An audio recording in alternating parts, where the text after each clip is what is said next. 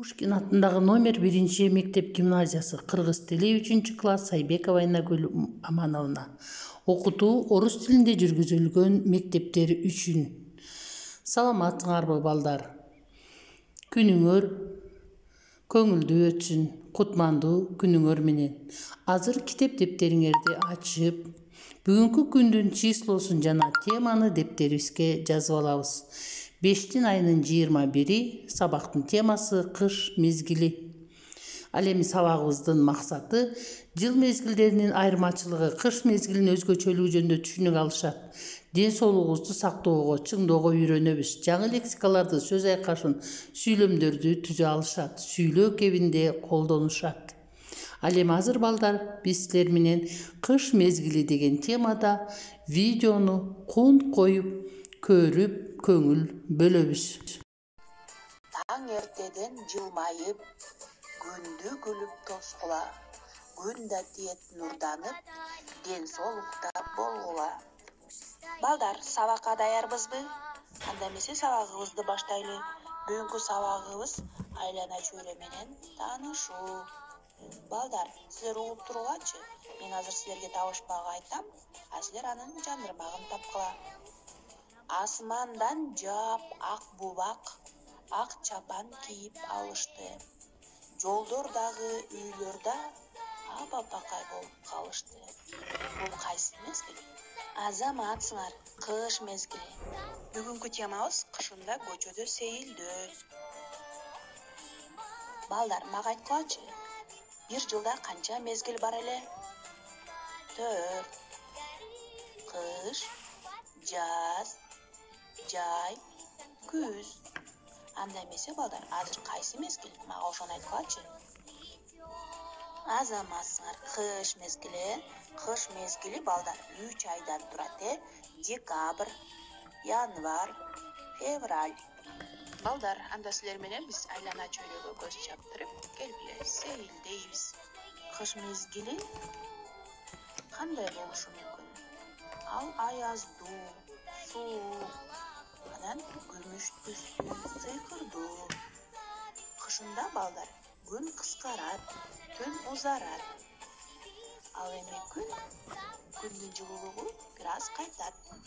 Кар жер бетин ак тоңго ороду балдар. Бак дарактар бардыгы апапакай болуп калды. Ал эми токой кадимки жомок сыяктуу. Кыш мезгилинде канаттуулар аз эле калды балдар. Анткени алар жылуу жакка учуп кетишти. Ал эми жапайы жаныбарларды карасак балдар, кышында токойдо аюу ченде жашайт экен. Ал эми карышкыр түлкү ийинде. Ал эми коён бадалда, кыйын чычкан көмдөйдө жашайт экен балдар. Келгиле анда эс алуу көйнөгүсүн жасап алабыз. Жааган аппак кар жагып, коянектер ойношту. Дабыш чыкса тырс эткен түлкү деп ойлошту. Кулактарын жапырып, баары тынчып калышты. Түлкү жогун билген соң, кайра оюн салышты. Балдар, силерге кыш мезгилинде ойногон жагабы? Албетте. Балдар болсо, чана, коньки, лыжа менен ойношот. Жана ошондой эле кардан кар киши жасап ойношот, балдар.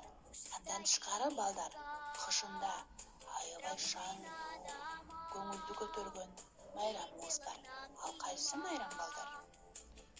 Ал майрамды балдар абдан жакшы көрөт. Балдар элек бергенди жакшы көрөт.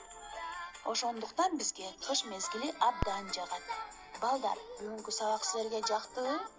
Кыш мезгилинин сулуулугу, кыш мезгилинин кооздугу абдан сонун экен, балдар. Анда эмесе балдар, үйгө тапшырма. Видеону көргөн болсоңор балдар, анда силер азаматсыңар. Ал эми азыр биз силер менен текст менен иштейбиз. Текстин орусчасы видеодо берилген, ал эми кыргызча бөлүгүн өзүңөр китептен окуп, түшүнүп, андагы берилген сөздөрдү балдар эмне кылат? эмне кылышат деген суроого жооп берген сөздөрдү дептериңерге жазып аласыңар. Ал эми биз бүгүн эмнелерди билдик, ошолорду чечмелеп алалы. Жаңы сөздөр менен тааныштык, мезгилдер, кыш мезгили жөнүндө видео көрдүк, текст менен иштедик, сүйлөмдөрдү толуктадык. Азыр үйгө тапшырма 86-бет 4-көнүгү 5 сүйлөм түзгүлө. Кышында балдар кардан киси жасашты. Калган 4 сүйлөмдү өзүңөр түзөсүңөр. Бетиңерге ар дайым бет кап тагынып, ден соолугуңарды сактап, көрүшкөнчө аман эсен болгула, саламатта калгыла балдар. Мен силерди жакшы көрөм.